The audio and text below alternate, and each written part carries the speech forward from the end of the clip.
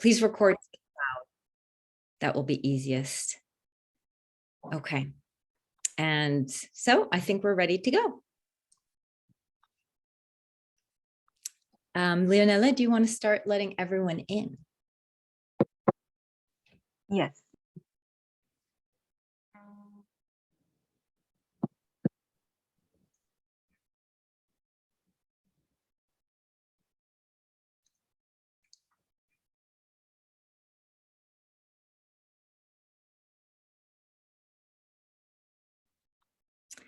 Good morning, good afternoon, and good evening, everyone. Thanks for joining us for the second catch up. It's great to see a good crowd today in the middle of July. We'll just take a couple minutes as people come in. As you can see, please do set your interpretation for any of the 4 languages, including as an English speaker, so you can follow today's discussion. So let's just take a couple minutes to do that.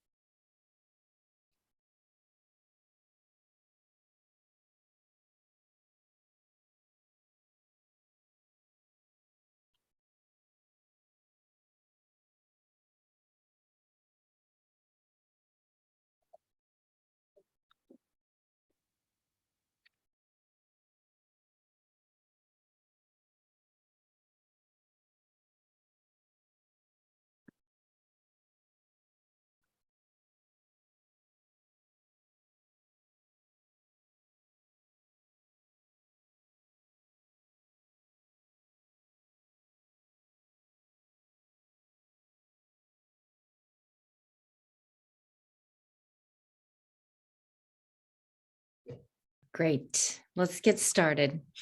Again, welcome everyone. Thank you so much for joining the second Cash Catch-Up of this year. The Cash Catch-Up is designed as a space this year to really bring everyone together across the wider network. It's an informal space where we can get to know each other and our respective work related to cash and voucher assistance. So we just started this earlier this year, and we'll continually work to shape this together with your feedback. We won't be tackling some of the technical issues in depth as we do in various operational cash working groups, but you're welcome to join them, drop in and drop out, share with your colleagues as the topic suits your needs. So today's catch up will allow us to get to know some of CALP's newest, some of the challenges, and discuss some of the challenges in working together between humanitarian and private sector actors. Go forward. Please do check your interpretation if you're just joining us. All participants should select an interpretation channel, including in English. We also have Arabic, Spanish, and French. So you're very welcome to use it. And here are some instructions on how to do so. We'd also like you to take a moment to rename yourself also on Zoom so we can get you into, as you know, we have breakout group discussions in this session, and they'll be organized by language. So it will be a lot easier if we can, if you can note your language preference. So please just hover over your name, select rename, and add in your preferred language just after your name. That will really help. Wonderful to see so many participants from all over the world today. Fantastic. Great. So let's turn to our agenda. So today we'll start off with a conversation among humanitarian and private sector experts about their experiences, what's worked, how we can do better also in hacking this divide. We'll then turn to breakout group discussions where we'll work through an exercise together. And so, as you saw from the registration, this session is really aimed to allow for you to engage with each other, learn from each other. So please come, bring your ideas, bring your experiences, and share openly. There'll be groups of about 7 to 8 people. And then we'll wrap up with a discussion and then wrap up in next steps. So let's turn to our great lineup of speakers we have for you today. We have Rosalia Guitao, who will moderate the first discussion. Rosalia is the CEO of Bixi, and she's also a former humanitarian worker, and she's joining us from Bangkok this evening. Rumi Singh is the co-founder of Rahat. It's a blockchain startup based in Nepal.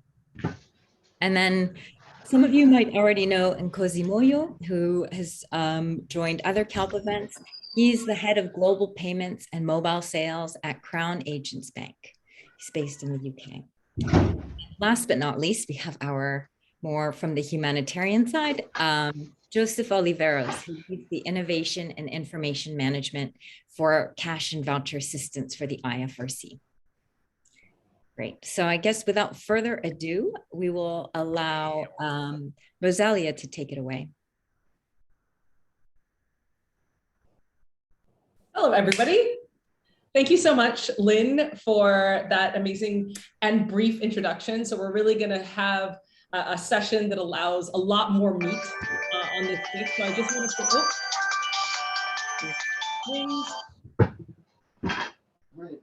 I'm just going to ask if anybody, whenever we're not talking, to put your microphones on mute.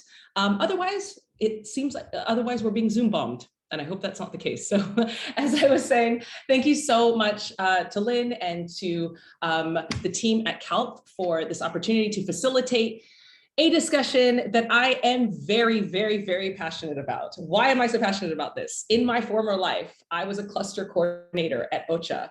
I tried on that side to bridge this divide. You know, I'd seen projects, particularly with the tech sector, with Google, with Facebook, kind of come and go and fall apart. And then when I made my own migration into technology, particularly in fintech, I saw the same thing. I saw that, you know, fintech actors and tech actors are really keen to work with humanitarian assistance, that a lot of the people actually care deeply. Oh, here I go speaking too quickly again, Lynn. I'm taking pauses. People cared very, very much about doing impactful work. So it's absolutely not the monopoly of humanitarians only that they care about doing work that's for the benefit. In fact, I don't know if you guys know this, but millennials are 25 to 41 years old right now. We're management in most companies. And we really care about doing things that are impactful as, you know, as a generational objective. So basically what I saw were two sides that wanted the same thing. And somehow it all just fell apart in the execution. So I'm really excited to have this conversation. I want it to be an open and frank discussion from both sides of the bridge. I want us to really tackle this problem because so much of the work that, and this is not a shameless plug, but this is in fact, so much of the work that I'm doing at Bixi is really trying to figure out how to bridge this gap. And I have, you know, in my past seen some things that work and some things that definitely do not work. And I would just love to hear and facilitate a discussion from my amazing panelists and ask them what's worked and what hasn't worked. Because I think every single person on this call, and there are quite a number of people who have showed up in their free time in various time zones. So I think we all really want to tackle this problem. We know that aid could stand to be more efficient. And by that, really, it's about providing the most dignified services to people who need it most. And on the private side, I know that we think, wow, there is this whole industry that could really use help in terms of efficiency and digitization. And also, you know, selfishly, there's a lot of customers who could stand to benefit from these products that the rest of the world actually benefits from, right? We all love our smartphones and we all love our apps, and we all love all of these like new technologies. So why should those only be the exclusive purview of, you know, ourselves and not people who actually, in fact, would probably need it most? So we're all, I've done meetings like this, generally not with so many participants, but overall meetings between private and public sector actors. And how I like to actually start is with what we have in common. I know it's a common negotiation strategy. I mean, we've all had various negotiations in tumultuous circumstances, you know. We always start with what we agree on. We start with a bunch of yeses, and then we kind of migrate ourselves to things that we find slightly more challenging. So I think, you know, as I mentioned, the things that we agree on is we know that we want to see more dignified and more efficient services for all of our respective participants, customers, however we want to phrase them.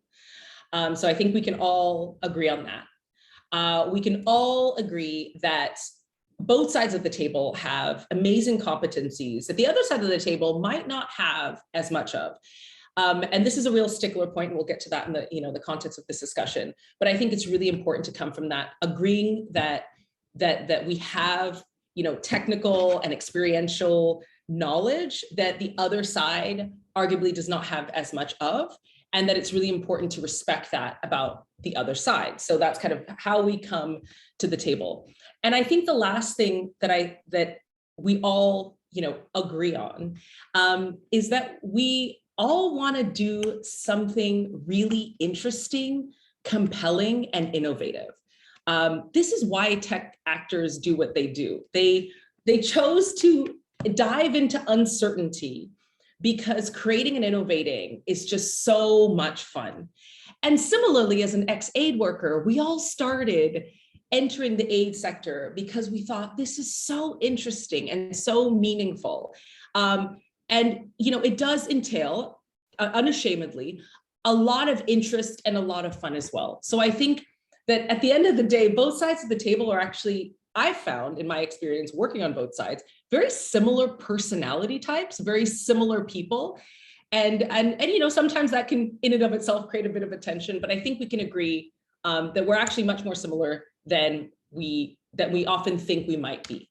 So with all that being said, since we're all nodding, yes, yes, yes, like we're all doing it, let's talk about some of the pain points. And to that, I'm gonna throw that question over to, you know, some of our panelists or one of our panelists. I think I want to start with, you know, what works, what has worked for you? So maybe sharing experience of a public-private partnership and how did it go? What was it about? And worked really well. And then we'll, you know, talk about some of the pain points if you want to share part of that pain point in that journey and maybe how you overcame it. So I'm going to start with, given that I'm kind of on the private sector side, I'm going to start with Joseph Oliveros, because you've been doing this a lot. So you've seen the good, the bad, the strange. I'd really like to know, from your, if you could give us one example, one really good example of something, a project, what was it? What worked, what didn't, how did you overcome the obstacles? Great, thank you so much, Rosalia, and it's a pleasure to be here and to having this discussion. This is certainly, you know, something that is very important for us with the IFRC as well. I work for the International Federation of Red Cross and Red Crescent as part of our innovations and information management for Cash and Voucher Assistance.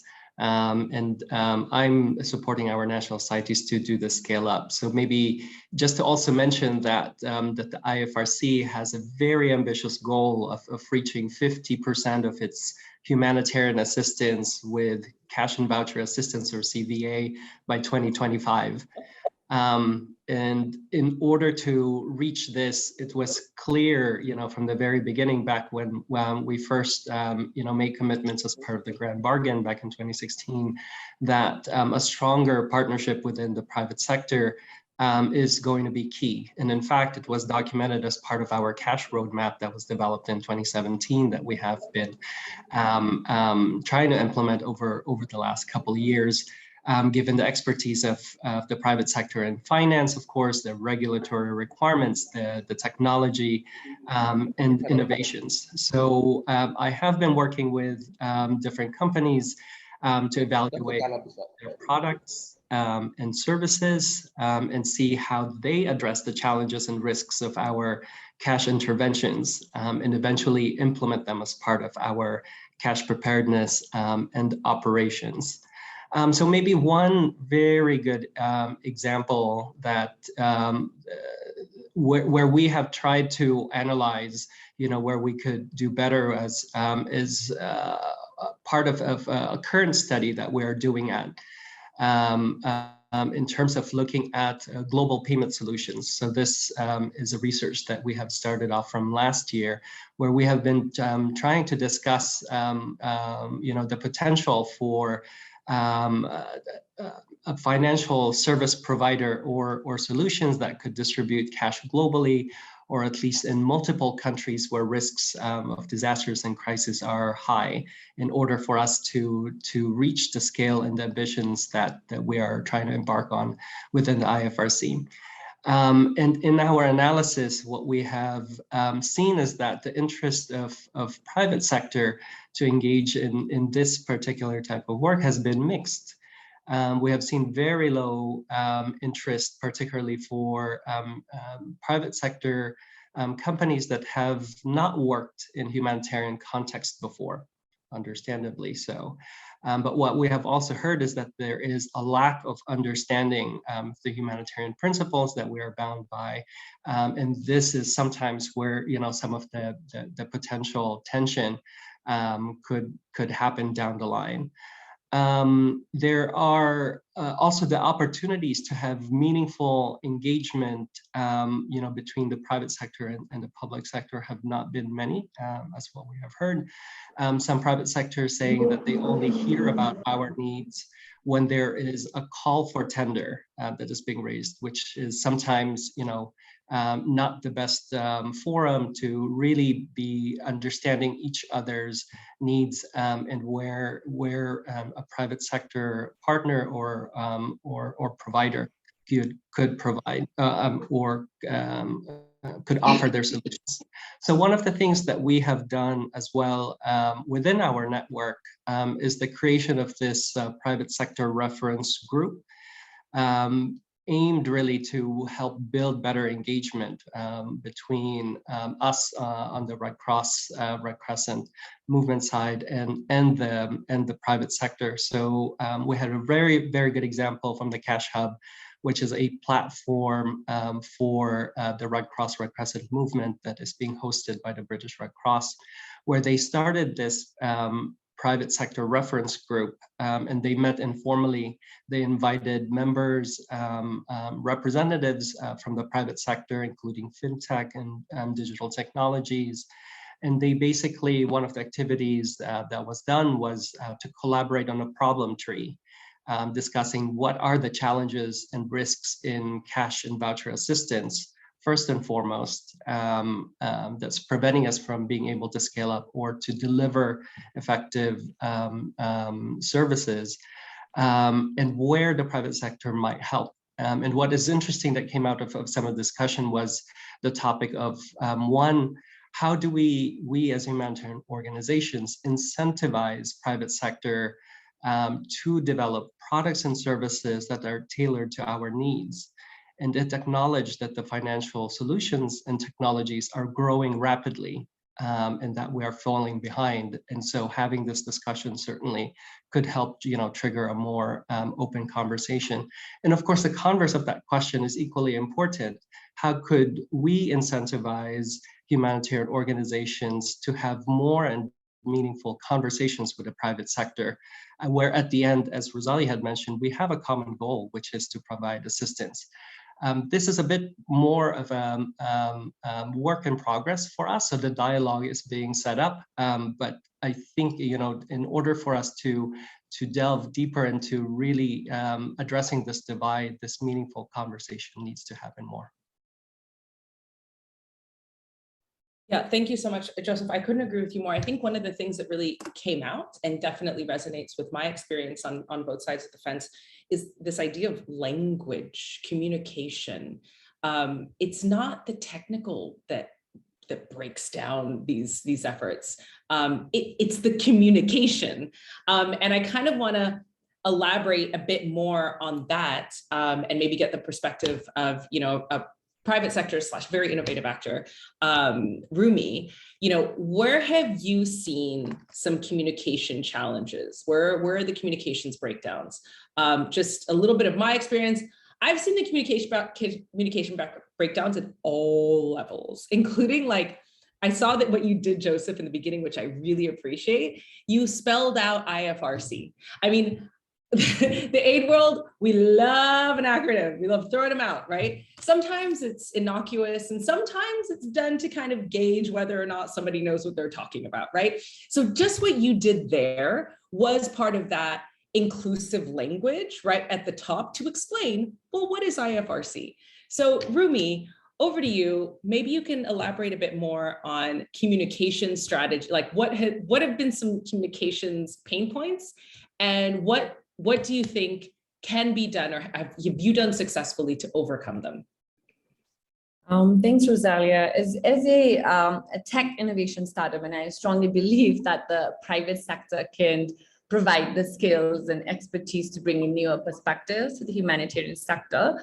But again, change is always challenging, and that's where the communication part becomes very, very vital. And moving to a new style of working from traditional processes can be very difficult at different levels. And we've seen a lot of interest come in from the humanitarian sector in learning about new ways to bring in more efficiency. So that, the open mindset to new ways is definitely there, which is amazing. And for us, we've received a lot of interest from folks to learn about open source blockchain solution. But there's definitely a lot of room for improvement when it comes to, again, communication, to streamline the time it takes to for that particular interest to materialize into something measurable.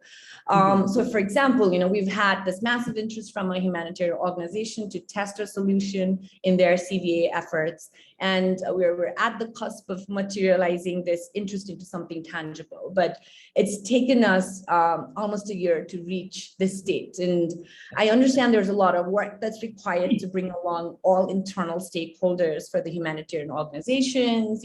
Resources are slim, communication is draining, and fitting in new programs while also putting out all of the crisis fires that can, of course, be very challenging at their end.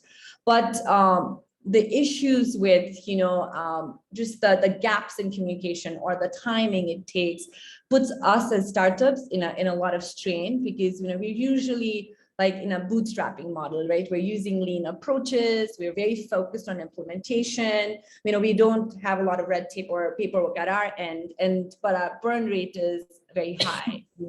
Yes, we're very focused on the impact, with our open tool and open software, but we also need to be financially sustainable. And so the long time strain and a lot of it is a lot of communication back and forth and the paperwork and the stuff that we need to work that becomes very draining. And I think for us, just being very consistent and persistent to figure out I guess, understanding the humanitarian language coming in from a completely different innovation sector, and being very persistent and consistent has been the key for us in really trying to nurture a long-term partnership model, rather than looking at, there's also this challenge of really looking at this as a, Joseph was talking about the tender aspect and everything. So really looking at it as a vendor-client relationship, but rather than that, as you've said, we have this common goal, there's this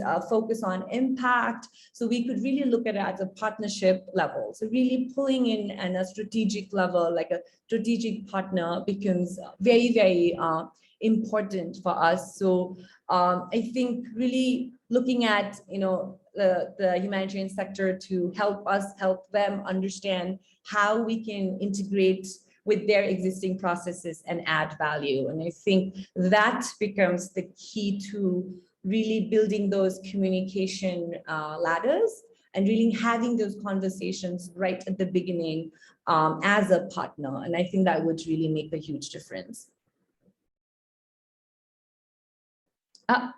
2 years into the pandemic, I'm still on mute.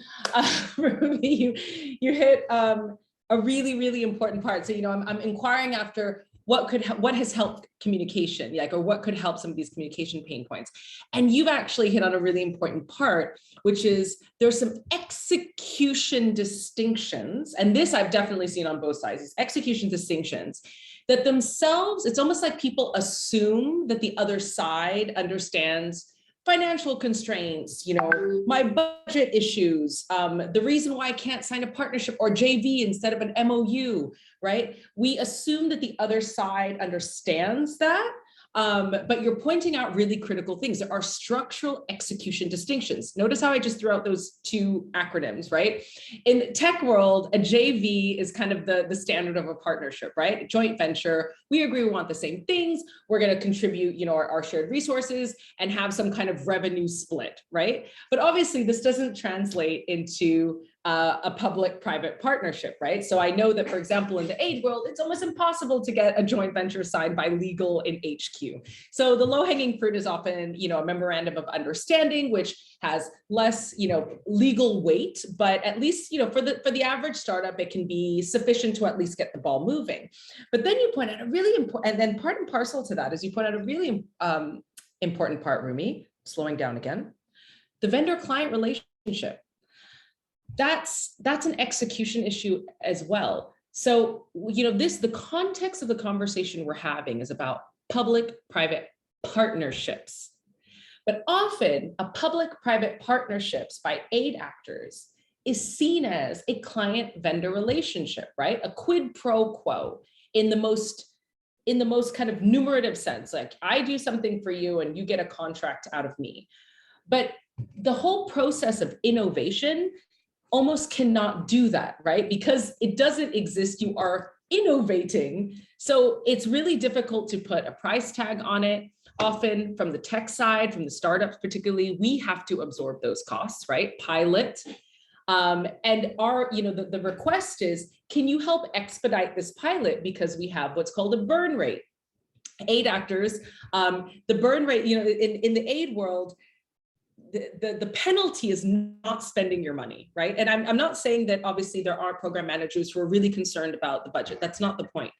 But the marker of success is not getting a no-cost extension, right? It's like burning your cash on time, where that's like the total opposite for your average tech company and definitely your average startup. What we're burning means our runway, they say this, is coming closer and closer. You're like the airplane runway, like we're running out of it.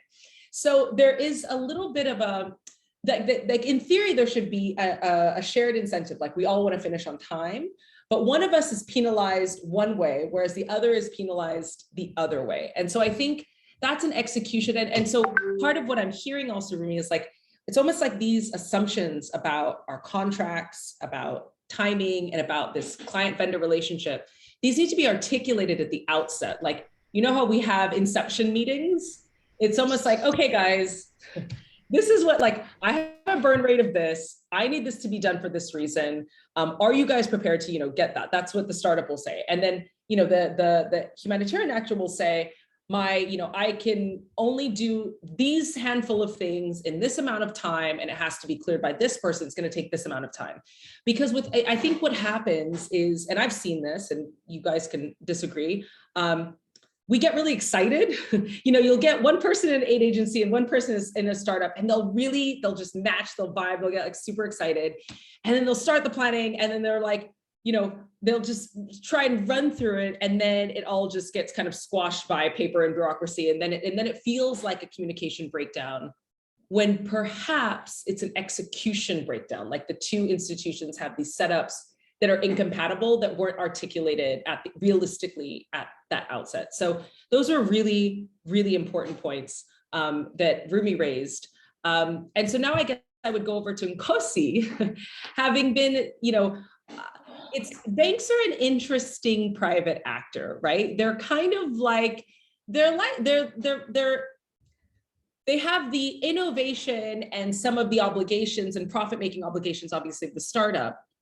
But they also have some of the bureaucratic and regulatory obligations that the humanitarian sector has. So, but without the bank and the banking license and the EMI and the electronic money license, nobody is transferring money anywhere.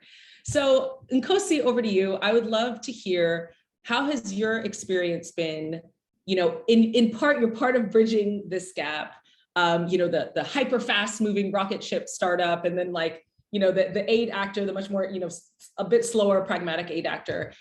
What has been your experience? What has worked, and what definitely has not worked? Okay, thank you, Rosaria. Hello, everyone. I think just to give you an overview of Crown Agents Bank, so that at least I put a bit of context around our activities and where things have worked relatively well for us and where we have seen some challenges. So we are regulated out of the UK. The bank is about it's over 180 years old, so quite an old institution. We offer services that are focused around foreign currency. So we are able to convert or support conversion into over 100 different currencies. And within that, we are able to do a lot of different sub-currency pairs. So we can do up to 450 different currencies. We also have capability to make payments. So payments into bank accounts, again, in over 100 currencies. And we also have connectivity to mobile wallets in about 12 countries. So we are in this space where we are a regulated financial institution, but as part of our transformation, we have a leg in the fintech space, because about four years or so back, we acquired Segovia, a US-based fintech, which has now been integrated into Crown Agents Bank, and Segovia focused on building connectivity to mobile money operators in countries, initially Africa. And what we've done is we've taken that initial infrastructure and we've built onto it to integrate to our banking partners for bank payments, and also to integrate our FX payment module. So in a way, we are now an aggregator offering clients access to different countries. Now, in terms of our interaction with clients, what has worked really well for us is when there's a certain level of collaboration versus where we see RFPs.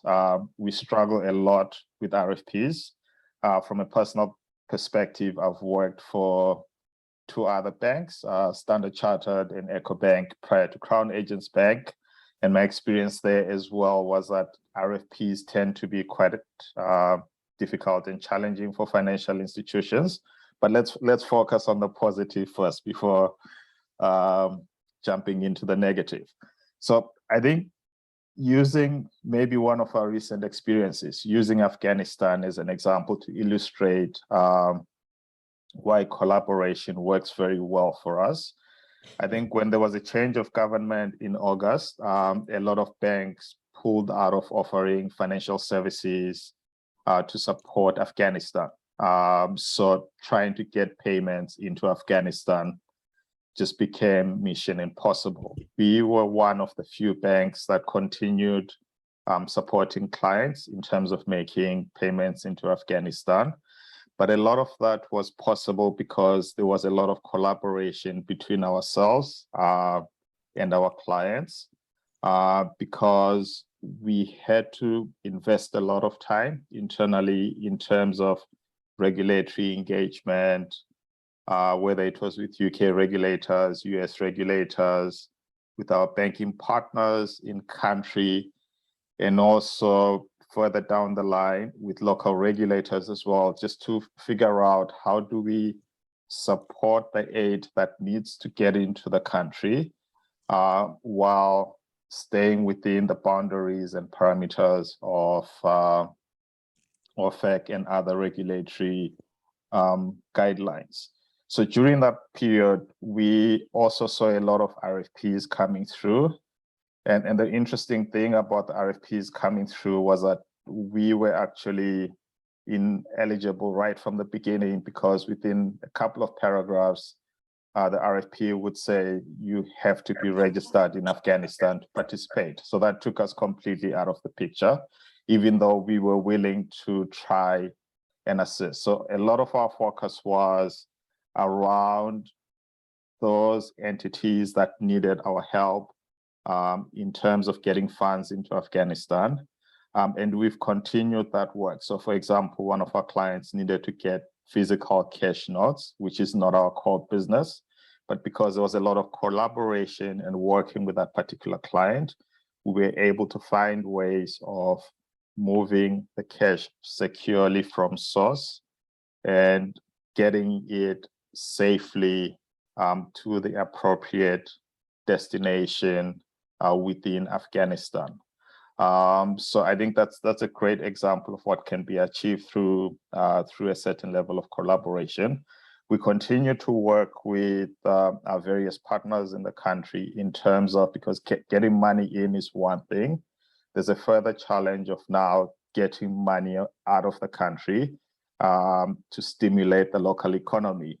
So again, because everything is based on collaboration, we have now been able to support the initial set of payments coming out of the country. So now corporate entities operating in Afghanistan are now able to make payments out of the country and pay their own suppliers. And that now starts getting the economy to start functioning in a more or closer to a more normal way. But again, just to emphasize, it's a process that's been driven by a lot of partners that we are working closely with to find the right solutions and to try and find a way of helping out the country. We would like to do more in terms of last mile delivery. We still see that as a challenge, not just in Afghanistan, but in a lot of countries. But the biggest challenge that we face is everything, or most of what we come across is RFP driven.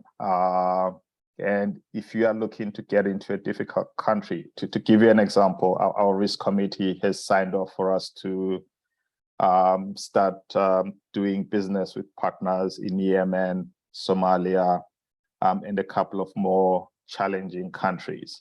We can only be successful if we are able to develop the smart partnerships, whether with other banks. We work closely with other fintechs as well, in terms of being able to deliver those particular services. So that's just an example of something that's not even technology related, but just to highlight how different parties work together can get a lot closer to delivering solutions.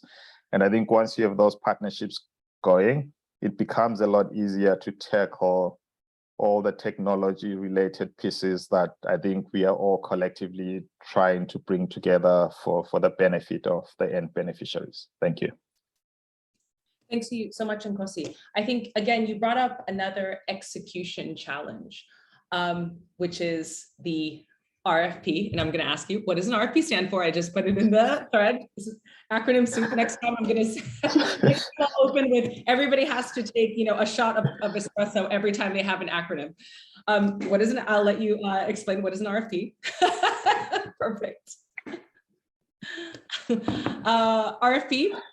Yeah, so these are the requests for proposals that come through. I think just at a high level, part of the challenge is at times we are not even aware that certain RFPs or requests for proposals have been issued.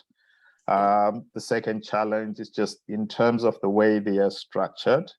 Some are relatively easy to follow and respond to.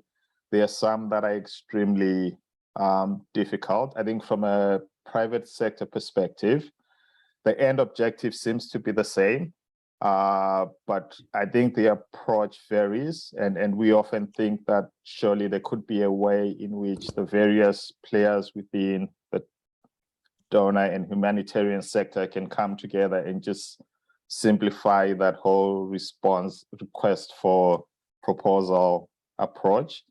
And at times they're quite, as I indicated earlier, they're quite restrictive. So I think, experience of interacting with various fintechs, there are great solutions out there, but we tend to find at times if an RFP is not structured with a certain level of flexibility, a number of interested parties would probably just decide to pass on it because I think Rosalia mentioned earlier on around there's always an investment. There's always a cost to everything that we are doing from a private sector perspective. The revenue is not necessarily the driver all the time. So it's not always a question about we have to make money. I think in Afghanistan example, we ran an external legal bill that was so high that we were starting to get questions around how much money are you going to make? But because of the collaboration, there was that willingness by the company to at least make that upfront investment. So RFPs, if it can be simplified, I think there could be benefit in terms of the quality of solutions and the partnerships that you could potentially build. Thank you. Perfect. Wow, we've had such an ample discussion. I have been asked to wrap up this session, but I just have one. This is a rapid fire question because I think, Nkosi, what you brought up is like, when you're a hammer, the world is a nail, right? So people who are writing these RFPs might not necessarily have experience on the other side so that they can write RFPs that would be amenable for the other side, right? So my rapid fire question I'll ask to each panelist in one word, what is an opportunity for cross-pollination? Okay, maybe 3 words max, but what would be an opportunity for cross-pollination? Rapid fire, like first thing that comes to mind. Let's talk before you issue the RFP. Okay, good. All right, Rumi? For me, just partnership, strategic partnership. How do we start that right from the very beginning? Okay, and Joseph, last but not least? For me, I think it's the shared value relationship that, I think the theme of that really came through with Nkosi and Rumi, providing, that it should be beyond this client vendor relationship. And it should be really, at the end of the day, it should be beyond the contract. What we have seen is that sometimes there's an imbalance between, what we are offering as a humanitarian organization and the private sector in this case, but really figuring out, like, at the end of the day, what's it all about, and being flexible as well in, in this execution, so that if there are issues down the road, that we are not left, being left high and dry in the middle of an implementation. But this really is, a strong shared value that we are committing, that at the end of the day, the benefit is maybe more than for ourselves as a humanitarian organization, or more than for the private sector, in terms of profit, but it's at the end of the day, it's about the affected individuals. Can we better their lives? Can we provide more dignity? Perfect. I think we just solved the, the humanitarian private sector divide in 45 minutes. So all done. Lynn, back over to you. Thank you so much to our panelists. I think my walk away is beyond the client vendor relationship. I think that's what we all want. And so we've started on a common ground note and we're ending on a common ground note. Thank you so much. Lynn, over to you. Looking forward to the breakout sessions. Huge thanks, everyone. That was really a great whirlwind tour of all of the many issues that have been and ways that we can fix them. As you know, the Cash Catch Up is also about bringing us all together, allowing you all the chance to discuss and share. So we're going to start breakout groups. We'll have about 10 minutes, and we do have an exercise to share with you. And yeah, because of the time limits, just feel free to take, maybe one of the scenarios here. So essentially in your groups, you'll have about 7 to 8 peers with hopefully a mix of private sector and humanitarian actors to talk about, the different roles of the private sector and humanitarian actors in the following situations. So specifically, what could each actor do to resolve the situation and who is responsible and accountable? So we have a few scenarios there for you. And I know lots of you are talkative colleagues. I'm looking forward to an active discussion. My colleague Esther will be starting off please mute if you're not speaking right now. Thank you. Please, my colleague Esther will be setting us up in breakout groups by language. So that will just get started in about 1 minute, and we'll have facilitators popping in to make sure that all the questions are understood. So feel free. We can get started. Esther, go ahead. So, yep. Yes. Yeah. If you end up in the wrong room, please pop out to us and we'll get you in the right room. Thank you.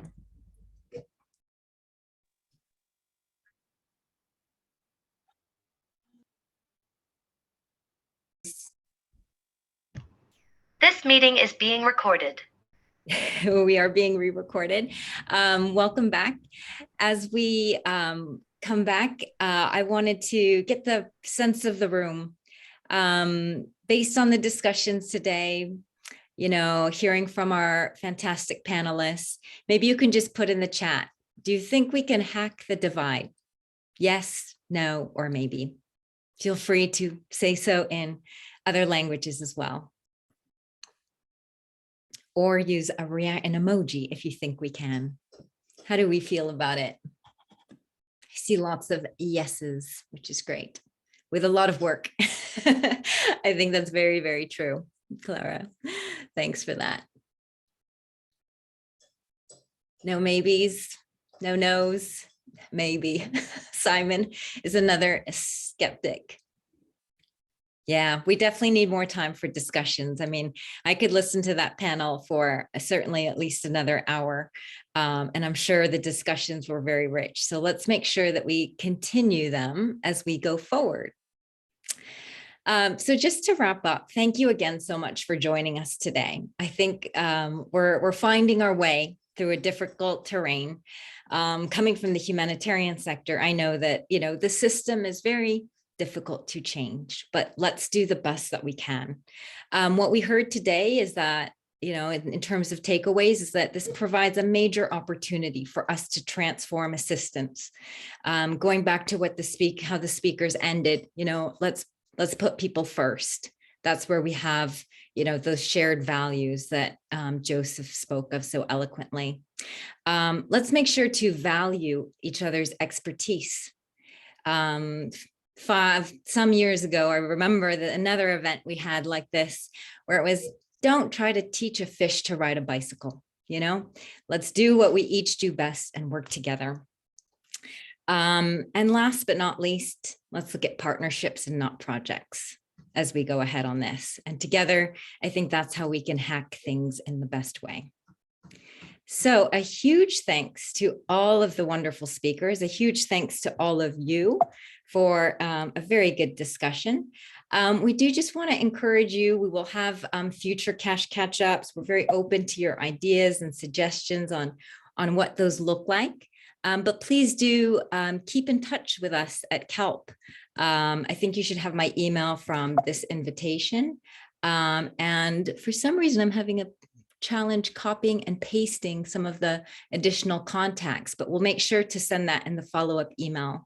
Don't hesitate to reach out to any of the CALP teams, join future events, sign up to newsletters so you can stay abreast of all the latest and greatest in the cash world, and also join CALP's online discussion groups. There's always a lot going on across the network.